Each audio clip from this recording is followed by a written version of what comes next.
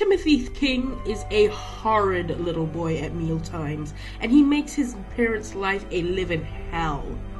As the story goes, Timothy was being very horrid, his usual self one mealtime, throwing food all over the place when the latch on the front door opens, and he could hear the squeaking of leather boots on the wooden floor.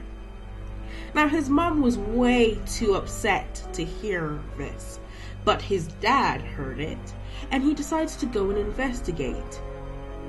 He opens the door and, grabbing his wife, bringing her with him, sees no one there. So they go to the front door to investigate. Timothy is left all alone in the kitchen, and he feels stick-like things, like he's being scratched on his cheek. He also notes that there's a stink of flour, a very powerful smell, like something was baking. His parents return, and as soon as they do, that smell disappears. His parents tell him, it seems we might have had a visit from the Spaghetti Man. Who's the Spaghetti Man? Think we've just had a visit from the Spaghetti Man, said his mother. Who? Said Timothy. Children who don't eat their food are pacified in his factory, she explained. So I'd eat up if I were you. Timothy thinks this is all crap, obviously, so next mealtime, breakfast, he misbehaves again. This time, his mom has had enough. She grabs him by the seat of his pants and throws him on the chair and says, "Look, either you eat that or you stay there." And there Timothy stayed until the next morning. His mom had to go run some errands and his dad had to go to work. But as soon as his mom was out the door, Timothy jumps out of the chair and heads up to the bathroom. No one tells him what to do. He goes into the bathroom, puts the plug hole in the sink, in the tub, and fills it up with water.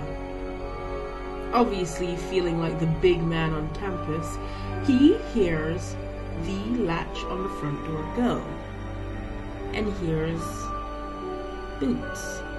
The door opens to the bathroom, and he says, "That's for making me eat food."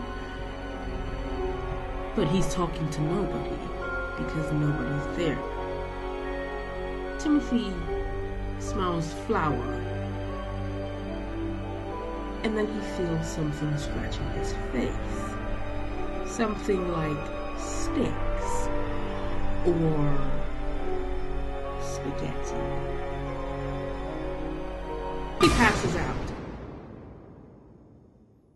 He wakes up in a desolated area with kids in front of him. Each kid has a tag. Some mark spaghetti, some are marked lasagna, some are marked macaroni, and then he hears the horns in every child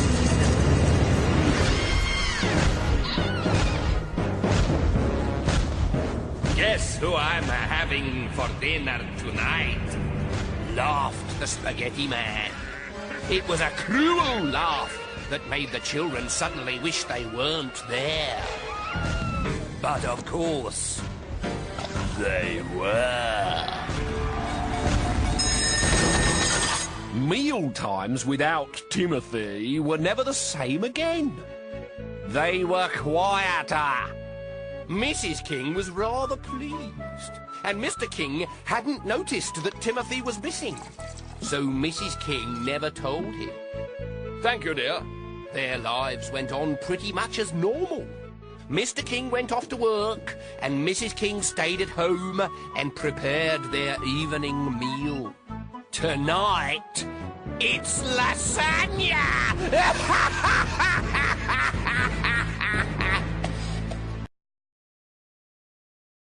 No wonder this kid is a dick. His parents are dicks too. You've got a mom who's obviously a complete bitch, and a dad who is so much of a coward that he can't even speak up to his wife. He's gotta look to his wife. He can't even speak up to his kid. I bet he does notice that Timothy isn't there, but because if he said anything, his wife would come down on him really, really hard. He probably even thinks that his wife killed Timothy, and he's too much of a chump to say, oh shit, she killed our kid, I'm gonna go to the police.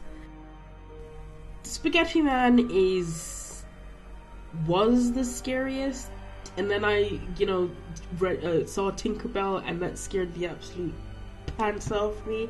Like that made me feel cold inside, because I have a niece who refuses to eat everything, and we literally have to coax her to eat. And right now all she eats is ice cream, and she's about 5-6 years old. So yeah, I'll see you guys next time. 2 down, 29 more to go.